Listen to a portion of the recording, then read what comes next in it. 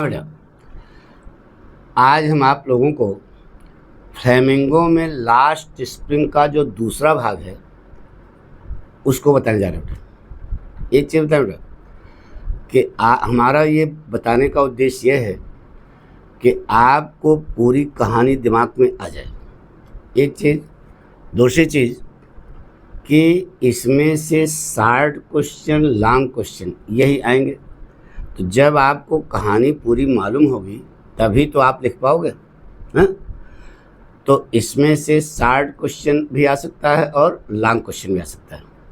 तो आप पूरी कहानी को ध्यान से सुनें और अपने दोस्तों को भी बताएं कि जो हम बताएंगे उसको अच्छे ढंग से सुनें, तो जो भी क्वेश्चन आपके सामने आएगा वो आप हल कर लोगे बेटा। ठीक है? तो आइए बेटा, पाठ का नाम है लास्ट स्प्रिंग भाग 2।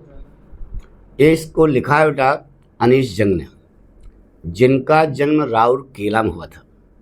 इनकी शिक्षा दीक्षा हैदराबाद में हुई। उच्च शिक्षा के लिए ये लेखिका महोदया यूनाइटेड स्टेट्स ऑफ अमेरिका गई। अमेरिका में उच्च शिक्षा प्राप्त करने के बाद जब ये दोबारा भारत वापस आई तो इन्होंने अपना करियर एक लेखिका के रूप में शुरू किया, क्योंकि इनके मम्मी पापा भी क्या थे, लेखक थे। बाद में ये प्रसिद्ध समाचार पत्र की संपादिका बनी, इसलिए इन्होंने पूरे भारतवर्ष का भ्रमण किया। अपनी यात्रा के दौरान लेखिका महोदया ने भारतीय बच्चों की दयनीय दशा को देखा।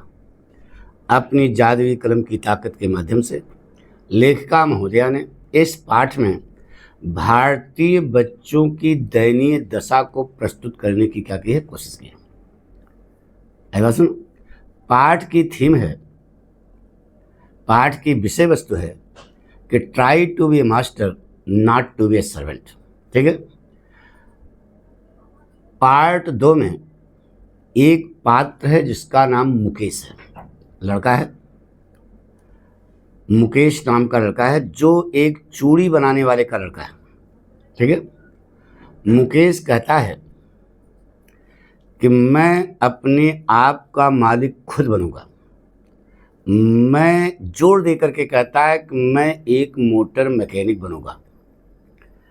लेखिका महोदया इस बात को सुनकर उससे प्रश्न करती हैं कि अच्छा बताओ, क्या तुम्हें कार के बारे में कुछ पता है? तो वह लेखिका महोदया की आंखों में आंखें डाल करके कहता है कि मैडम, मैं सीखूंगा कि कार कैसे चलाई जाती है। तो मुकेश का ख्वाब फिरोजाबाद की धूल धूसरित गलियों में एक मृग तृष्णा की तरह पूरा होगा कि नहीं पूरा होगा, अभी ये भविष्य के गर्त में है।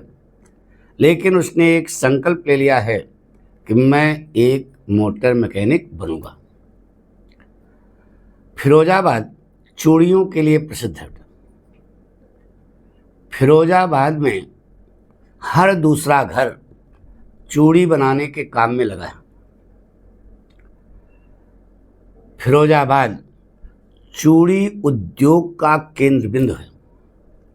यहाँ पर परिवारों ने अपनी पीढ़ियाँ खपा दी, तेज आग की भट्टी के सामने काम करते हुए, शीशों को जोड़ते हुए, और भारतवर्ष में रहने वाली महिलाओं के लिए चूड़ियाँ बनाने में उन्होंने अपना जीवन क्या कर दिया, बर्बाद कर दिया। उन परिवारों में से एक परिवार मुकेश का है। फिरोजाबाद में बहुत सारे लोग रहते हैं, लेकिन दुख इस बात का है कि वहाँ किसी को यह पता नहीं है कि मुकेश जैसे छोटे छोटे बच्चे हवा और प्रकाश से रहित एक छोटे से कमरे में तेज आग की भट्टी के सामने काम करें, यह गैर कानूनी है। इस बात को वहाँ कोई नहीं जानता। क्यों नहीं जानते? सभी जानते हैं। लेकिन दुख इस बात का है कि इस बुरी प्रथा के खिलाफ कोई आवाज़ उठाने वाला नहीं है। अगर कानून को सही ढंग से लागू किया जाता तो मुकेश जैसे 20,000 लड़के तेज आग की भट्ठी के सामने काम करने से बच जाते, लेकिन कोई कहने वाला नहीं। पता लगा कि वह छोटे छोटे बच्चे सुबह से शाम तक तेज आग की भट्ठी के सामने काम करते हैं।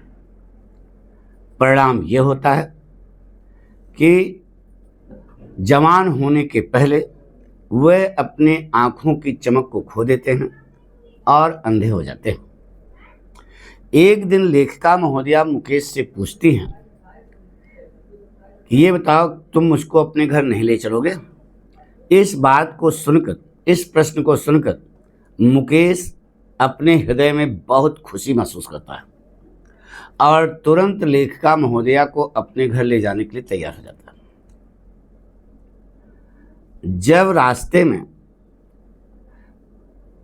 पहुंचता है तो वह लेखिका महोदया से कहता है कि मैडम, मेरे घर का पुनर्निर्माण हो रहा है।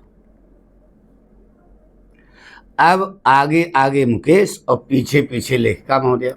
किसके घर जा रहे हैं? मुकेश के घर। तो लेखिका को पता लगता है कि वह गली जिसमें मुकेश रहता है बदबू से भरी है। पूरी गली जो है कबाड़ से ढकी हुई है। गली के दोनों तरफ जो मकान हैं, कच्चे मकान बने हैं, वह बरसात के पानी से उनकी दीवारें ढह गई हैं। उन गंदे मकानों में कोई खिड़की नहीं है। उनके जो दरवाजे लगे हैं वो बहुत कमज़ोर हैं। पूरी बात सुन। उस गली में मानव परिवार और पशु परिवार दोनों प्राचीन जमाने की तरह साथ साथ रहते हैं। इसी प्रकार के एक घर के सामने मुकेश खड़ा हो जाता है और वह पैर से कमज़ोर लोहे के दरवाजे पर लात मारता है। दरवाज़ा नहीं खुलता। तब वह धक्का दे करके उसे दरवाज़ा खोलता है। अब मुकेश के साथ लेखिका महोदया उसके घर में प्रवेश करती हैं। जैसे ही प्रवेश करती हैं तो उन्हें पता लगता है कि वह मकान आधा बना हुआ है, आधा खड़हर है। आधा मकान सूखे घास के छप्पर से ढका हुआ है।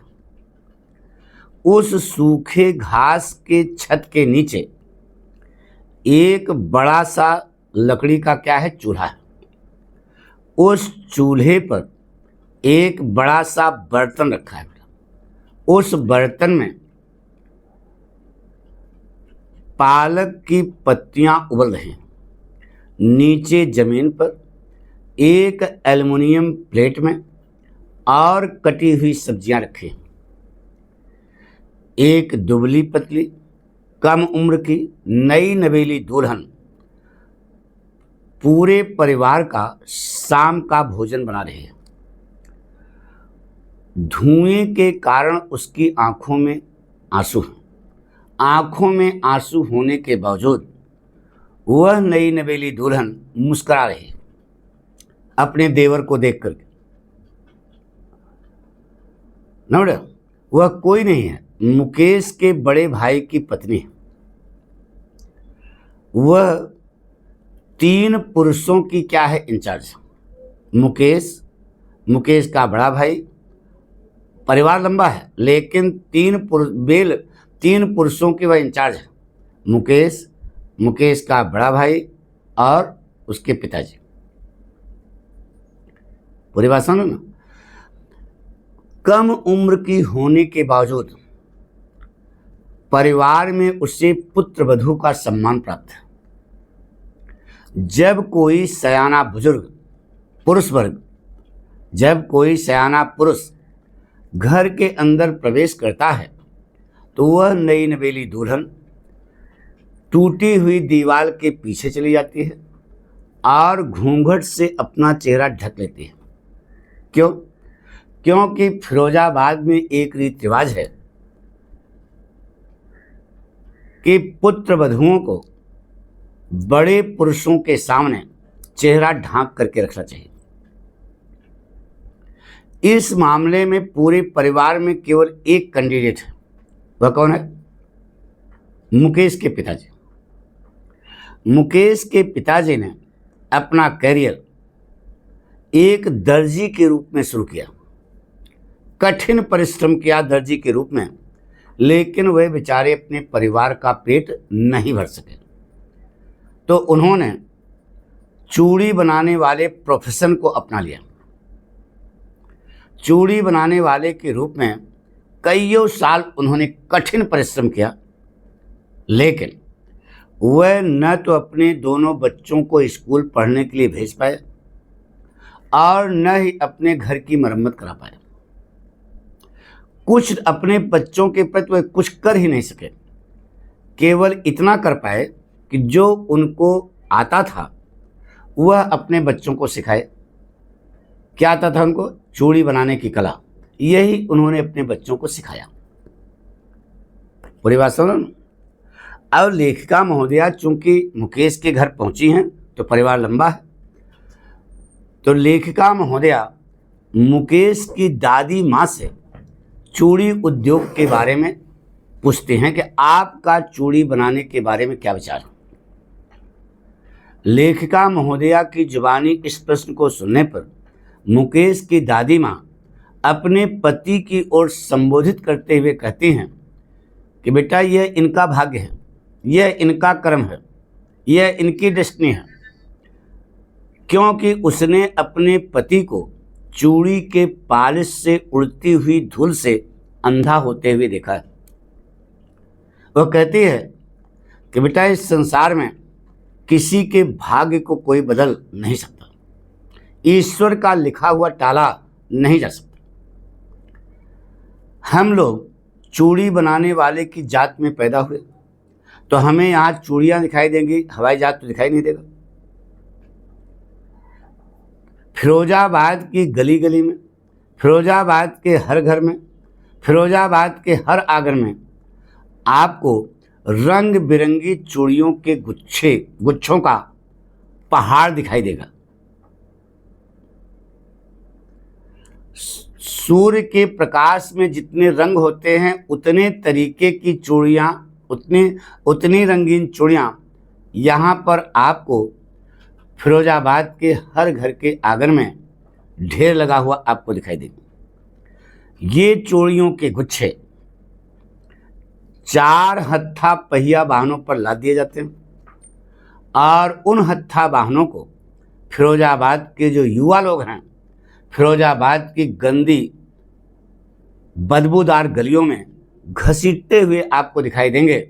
इसके अलावा यहाँ पर आपको कुछ भी नहीं दिखाई देगा। कौन कहती है? मुकेश की दादी माँ बताती है। जब लेखिका महोदया उस गली के दूसरी तरफ, शाम का समय है, दूसरी तरफ अपनी निगाहों को फेंकती हैं तो उन्हें पता लगता है कि गली के दूसरी तरफ बहुत सारी अंधेरी झोपड़ियाँ, उन झोपड़ियों में तेल के दिए टिमटिमा रहे हैं। उन टिमटिमाते हुए तेल के दियों के प्रकाश में छोटे छोटे लड़के और लड़कियां अपने मम्मी पापा के साथ बैठकर वह रंगीन शीशों को जोड़ रहे हैं और चूड़ियां बना रहे हैं। क्यों? ताकि वह अपनी जीविका खुद कमा सकें। इसलिए अंधेरे में तो उनकी आंखें सही ढंग से काम करती हैं, लेकिन सूर्य के प्रकाश में उनकी आंखें सही ढंग से काम नहीं करती हैं और जवान होने के पहले वह अपने आंखों की चमक को खो देते हैं। अब लेखिका महोदया गली में थोड़ा आगे बढ़ती हैं तो उन्हें एक लड़की दिखाई देती है जिसका नाम है सविता। छोटी सी है, जो हल्के गुलाबी रंग का ड्रेस पहने हुए है और एक बुजुर्ग महिला के बगल में बैठी है। बुजुर्ग महिला के बगल में बैठकर वह भी रंगीन शीशों को जोड़ रही है और चूड़ियां बना रही है। उसके हाथ मशीन की तरह काम कर रहे हैं, यंत्रवत काम कर रहे हैं। उस बच्ची के कठिन परिश्रम को देखकर लेखिका महोदया अपने आप से प्रश्न करती हैं कि क्या यह बच्ची इन चूड़ियों की पवित्रता को समझती है? ये चूड़ियां भारतीय महिलाओं का सुहाग है। ये शादी के अवसर पर बहुत उपयुक्त मानी जाती है, बहुत पवित्र मानी जाती है। एक दिन जब सविता का सर लाल घूंघट से ढक दिया जाएगा, उसके हाथ मेहंदी की पत्तियों से लाल कर दिए जाएंगे, उसकी कलाई में लाल लाल चूड़ियां पहना दी जाएंगी, उस दिन वह उन चूड़ियों की पवित्रता को समझेगी। अभी तो बच्ची भी कुछ नहीं जानती, फिर क्यों कठिन परिश्रम कर रही है? ताकि वह अपनी जीविका खुद कमा सके। उस दिन वह एक दुल्हन बन जाएगी। घूंघट, लाल घूंघट, मेहंदी और लाल लाल चूड़ियां आ जाएंगी, तो उस समय वह एक दुल्हन बन जाएगी, उस बुजुर्ग महिला की तरह जो कईयों साल पहले दुल्हन बन चुकी है। लेखिका महोदया, दुख इस बात का है कि उस बुजुर्ग महिला के हाथों में अभी भी चूड़ियां हैं, लेकिन उसकी आंखें जो है चली गई। कठिन परिश्रम करने के कारण उसकी आंखें क्या हो गई हैं? चली गई हैं चूड़ी बनाने के काम में। लेखिका महोदया जब उस बुजुर्ग महिला से पूछती हैं कि आपका क्या विचार है इस चूड़ी उद्योग के बारे में, तो वह बुजुर्ग महिला बहुत दुखी होती है। दुखी हृदय से कहती है कि बेटा, मैंने जीवन भर चूड़ी बनाने के काम में कठिन परिश्रम किया, परिणाम यह हुआ कि मेरी आंखें चली गईं, लेकिन पूरे जीवन भर एक मीटिंग पेट भर के मैंने कभी खाना ही नहीं खाया। यह उन लोगों की कमाई है बेटा, चूड़ी बनाने वाले के लोगों की कमाई है। जब लेखिका, उसी के बगल में उनका पति बैठा है जिसकी सफेद दाढ़ी हवा में लहरा रही है। लेखिका महोदया जब उस बुजुर्ग महिला के पति से पूछती हैं कि आपका क्या विचार है चूड़ी उद्योग के बारे में, तो कहता है कि मैडम, मुझको कुछ मालूम ही नहीं है, मैं तो केवल चूड़ी बनाने का काम जानता हूँ। लेकिन वह कहता है कि मैंने एक घर बना लिया है जिसमें मेरा परिवार पूरा रह सकता है। इस बात को वह इतने गर्व से कहता है कि उसकी बात को सुनने वाला कोई भी व्यक्ति सोच सकता है मानो उसने अपने जीवन में ऐसी उपलब्धि प्राप्त कर ली है जिसको कोई अन्य आदमी कल्पना भी नहीं कर सकता। तो फिरोजाबाद में रहने वाले लोगों की दयनीय दशा को देखकर लेखिका महोदया उनको सलाह देती हैं कि भैया, जब चूड़ी बनाने के काम से आपको पेट भर के भोजन नहीं मिलता तो दूसरा कोई बिजनेस कर दो। तो लेखिका महोदया की सलाह को सुन करके फिरोजाबाद वाले क्या कहते हैं, सुनोगे?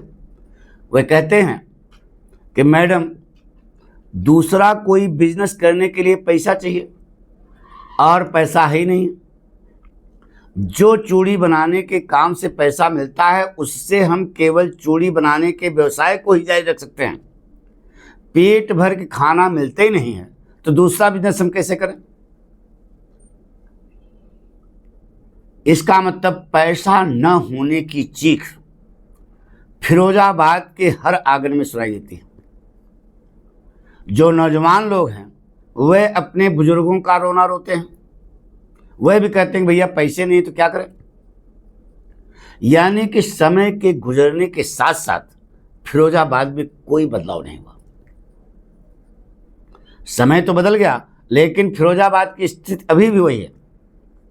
बरसों के, अरे भैया यहाँ नहीं पेट भर रहा, चले जाओ बम्बई, दिल्ली, कोलकाता कमाओ, वहाँ पेट भरो।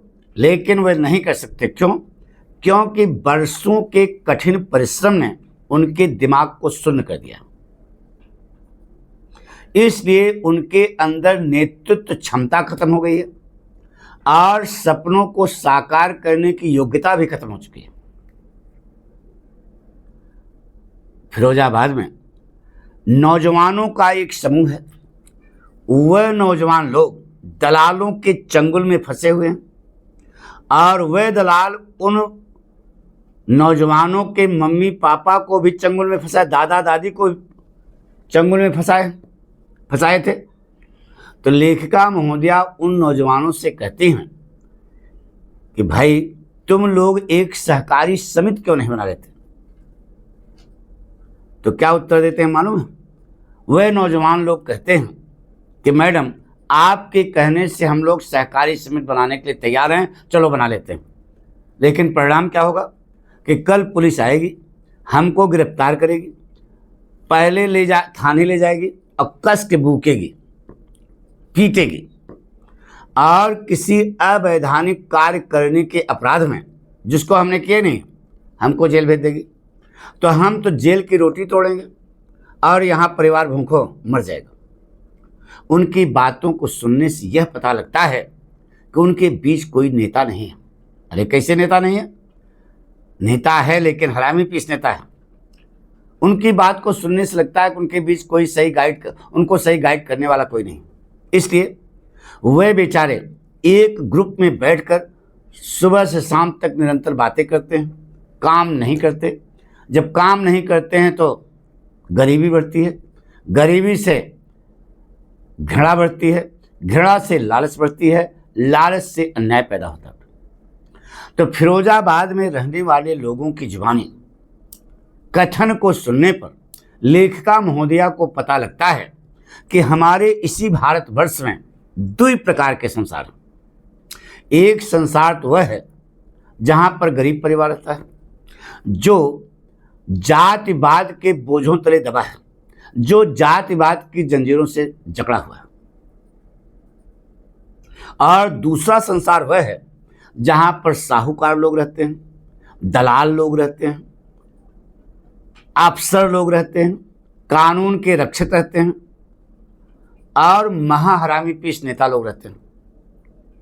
ये सारे लोग मिलकर के एक बच्चे के सर पर इतना बोझ डाल देते हैं कि अगर वह बच्चा उस बोझ से मुक्ति पाना चाहे तो यह उसके लिए क्या है? असंभव है। और जवान होने के पहले वह उस बोझ को उसी प्रकार से स्वीकार कर लेता है जैसा कि उसके मम्मी पापा स्वीकार कर चुके थे। यानी कि वह वही काम करने के लिए बाध्य होता है जो दलाल लोग कहते हैं। आए बस मुकेश, जब लेखिका महोदया मुकेश के बारे में सोचती हैं तो अपने हृदय में असीमित खुशी की अनुभूति करती हैं, क्योंकि मुकेश भी साथ में है ना, पीछे पीछे चल रहा है लेखिका महोदय। वह कहता है कि मैडम, फिर कहता है, इनसे जोर दे करके कहता है, मैडम मैं चूड़ी बनाने वाला नहीं बनूंगा, मैं एक मोटर मैकेनिक बनूंगा, मैं सीखूंगा कि कार कैसे चलाई जाती है। तो लेखिका महोदया उससे पूछती हैं कि तुम यह मैकेनिक गिरी कहाँ से सीखोगे? तो कहता है कि मैं गैरेज जाऊंगा। तो लेखिका महोदया फिर प्रश्न करती हैं, गैरेज तो तुम्हारे घर से बहुत दूर है। तो उसने कहा, मैडम मैं पैदल जाऊंगा और जरूर सीखूंगा कि एक कार कैसे चलाई जाती है। मुकेश के इस दृढ़ संकल्प को देखकर लेखिका महोदया अपने हृदय में असीमित खुशी की अनुभूति करती हैं और पूछती हैं कि अच्छा बेटा ये बताओ, क्या तुम पायलट बनना नहीं चाहोगे? इस बात को सुनकर के मुकेश सर झुका लेता है, जमीन की ओर देखने लगता है और कोई उत्तर नहीं देता। धीरे से मूड़ी हिला करके कहता है कि मैडम नहीं, मैं पायलट नहीं बनूंगा। क्यों? इसलिए कि वह कार के सपने से ही संतुष्ट है। उसने फिरोजाबाद की धूल धूसित गलियों में कार को फर्राटे भरते हुए देखा है। फिरोजाबाद के आकाश में हवाई पट्टी नहीं है, उसने आकाश में हवाई जहाज उड़ते हुए नहीं देखा है, इसलिए उसका सपना जो है केवल कार तक ही सीमित है। तो पूरा पाठ पढ़ने से यह सीख मिलती है कि अपने जीवन में अगर आप अपनी पसंद का क्षेत्र पाते हो जो आपको पसंद है वही प्लेटफार्म आपको मिल गया तो निश्चित है कि जीवन में सफलता के बाद सफलता, उपलब्धि के बाद उपलब्धि और विजय के बाद विजय हासिल करोगे। तो पाठ ही आपको बता रहा है बेटा कि try to be master not to be servant.